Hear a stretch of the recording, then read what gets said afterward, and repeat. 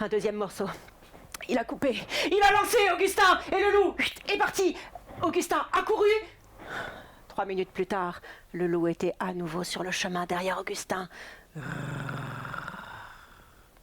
Un troisième morceau, et puis un quatrième, et puis un cinquième, et encore. Et Augustin savait bien que la galette ne serait pas inépuisable. Quand il lui est plus resté qu'un dernier morceau de galette, il l'a lancé avec l'énergie du désespoir. Vous lancez avec moi, les enfants. Ah! Il a lancé, le loup est parti. Augustin a couru, et bientôt le loup était à nouveau derrière Augustin. Alors Augustin s'est dit que sa dernière heure était arrivée. C'était trop triste de mourir un soir de Noël. Il a fait une prière au ciel. Mon Dieu, pardon pour mes péchés, protégez ma femme et mon fils.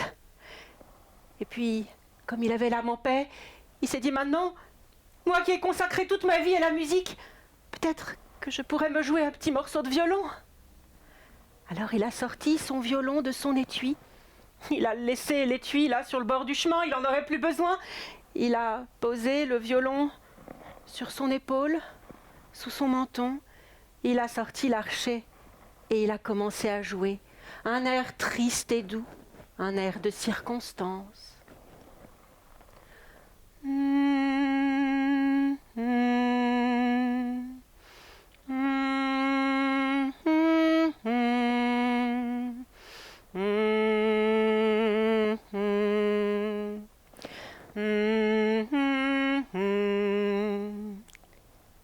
Le loup s'était arrêté de grogner. Il avait dressé ses petites oreilles. Il écoutait.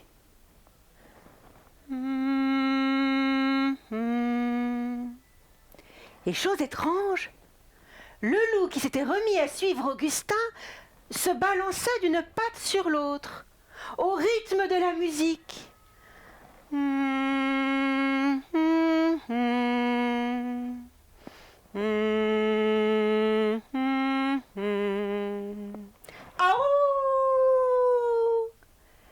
C'était un loup qui dansait, un loup qui chantait.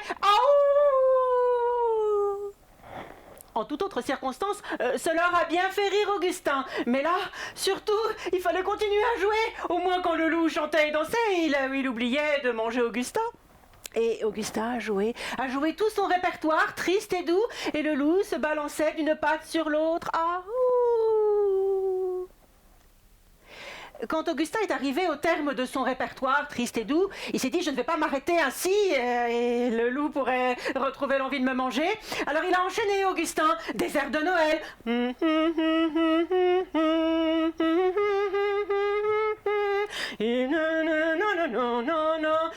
Quand il a eu terminé son répertoire de Noël, il s'est dit « Je peux pas m'arrêter ». Il a continué à jouer. Et puis il s'est dit « Je vais jouer toutes les danses que je propose pour les balles d'habitude.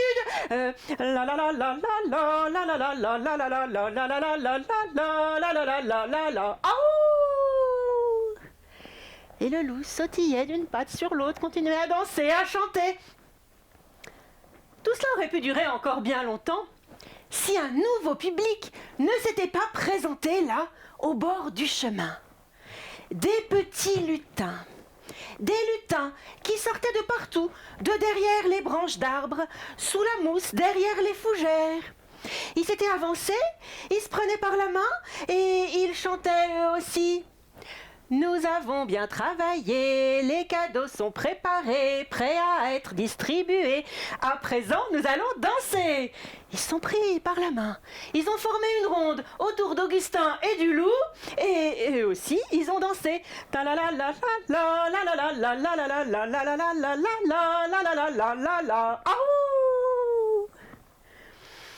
Ils ont dansé. À un moment, il y a un petit lutin qui a aperçu là tout en haut d'un arbre. « Hé, Ding Dong, viens danser avec nous !» Ding Dong, c'était le chef des lutins. Les lutins de Noël, vous les avez reconnus. Alors, Ding Dong a fait une cabriole et il est arrivé à califourchon sur le dos du loup. Il a pris l'oreille droite du loup, l'oreille gauche du loup. Quand Ding Dong tirait sur l'oreille droite, le loup levait la patte droite. Quand Ding Dong tirait sur l'oreille gauche du loup, Le loup levait la patte gauche. Faites tourner vos dames.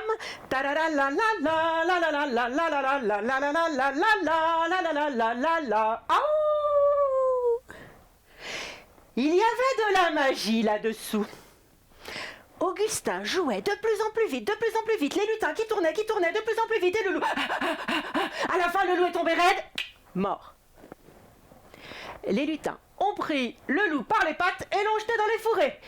Et puis, ils ont repris leur danse, plus tranquillement. Il y avait de la magie là-dessous. Les grands arbres de la forêt ondoyaient sous le vent, comme s'ils avaient de grandes robes qui miroitaient sous les rayons de lune. Ils dansaient avec toute la compagnie. La la la la la la. Ils ont dansé pendant toute la soirée, jusqu'au moment où dans le lointain on a entendu dang dang dang. C'était les cloches de l'église du village annonçant la messe de minuit. Augustin s'est dit, mais il a passé tant de temps, je vais être en retard, on m'attend. Alors Ding Dong a levé la main pour arrêter les danses et dit, mes amis, grâce à Augustin, nous avons passé une excellente soirée. Et il est juste de le récompenser. Offrons-lui, nous aussi, des cadeaux. Alors, un lutin a sorti de sa poche une pièce d'or. Un autre, un peigne pour mettre dans les cheveux. Un troisième, un gilet brodé. Celui qui n'avait rien à murmurer à l'oreille d'Augustin un secret de la nature.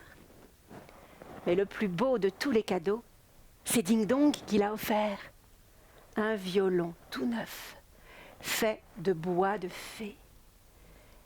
Et quant à Augustin, quand il l'a étrenné, il en est sorti une musique divine. Et à chaque note qui s'égrenait, les petits lutins agitaient la main pour dire « Au revoir, joyeux Noël !» Et ils ont tous disparu, derrière une branche, sous une feuille, sous un champignon. Au revoir. Et Augustin a ramassé ses cadeaux, a repris son violon sous le bras, et puis il est rentré chez lui. Enfin, il était là. Sa femme et son fils n'en croyaient pas leurs yeux. Mais qu'est-ce qui t'était arrivé? On croyait que tu avais été dévoré par un loup. Oh, croyez pas si bien dire.